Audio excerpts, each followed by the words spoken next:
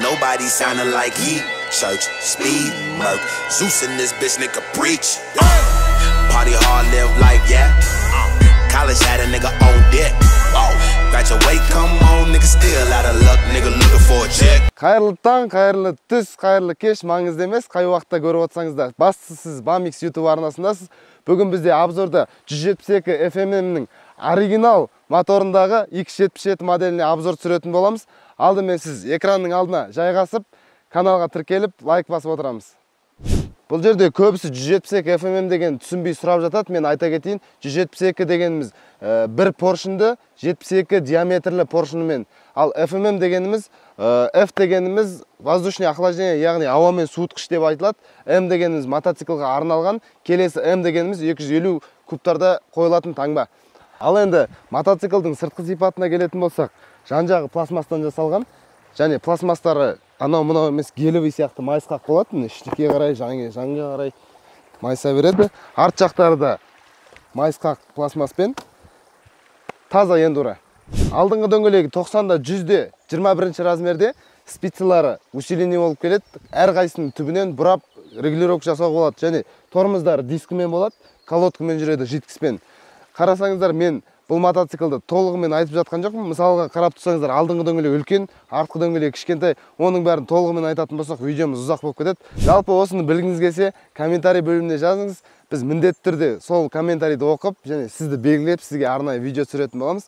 Ал артқы дөңгелегіне келетін болсақ, артқы дөңгелек 110-да 100-де 18-ші размерде, алдынан қарағанда кішірек болады, және жуандау болады. Тоже спицалар усиление болып келеді, әрқайсының түбінен бұрап регулировка жасауға болады. Және цебі усиление 520-лық сары цеп, және артқы звездочкасы басқа эндуролардан қарағанда үлкен болып жүреді. Ал бұның рамасына келетін болсақ, екі бөліктен тұрады рамасы. Байқасаңыздар, алдың рамасы осылай еткен, және мына жақтан жалғама-жалған, артына қарай рама бөлікпен жасалынған. Ал алдыңғы амортизаторына келетін болсақ, амортизаторы перевернутый деп айтылады, сары түсте қалыңдалып, күшейтілген түрде жасалған. Және мына үстіне байқасаңыздар, осындай регулировка жасайтын жері бар. Бұл амортизаторға қалыпқа келтіре аласыз өзіңіздің қалауыңызбен. Айтпақшы, ортаңғы амортизаторында қарасаңыздар, пневма подушка орналасқан. Бұл ненің қызметін атқарады десеңіздер, бұл мотоциклмен ойлы қырлы жерлермен жүрген кезде амортизаторыңыз отырып қалған болса, астында болт бар. Сол болтты шешіп, компрессормен үрлеп жүрсеңіздер, амортизатор өзінің орнына келетін болады. Ал алдында осындай желбезек бар, яғни желбезек деп айтсақ та болады. Жаңа FMM дедік қой, сол жердегі F дегеніміз воздушный охлаждение, ауамен суытқыш. Мынау осы пластмасс сол ауамен суытқыш қызметін атқарады, моторға жел соғу арқылы моторды суытып отырады. Ал алдына келетін болсақ, читок приборы электронды болып жүреді, және артық зат жоқ.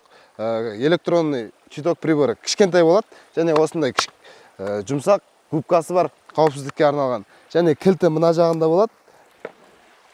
Ал фарына келетін болсақ, фары LED фарымен болады, және бұрылғы шамдар осындай майыспалы болады, оңға және солға.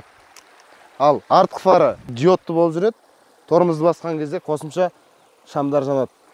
Әдеттегідей, выбери меня, я достоин тебе, Bamix. Бұл қай мотоциклға ұқсайды деп ойланып отырсаңыздар, ойланбай қойыңыздар. Бұл Kayonның T4 моделіне ұқсайды, бірақ бұл Bamix-тің 277 моделі. Глушителіне келетін болсақ, глушителі заводтан дауысы қатты болып келеді. Дауысын бір естіртіп жіберейін сіздерге.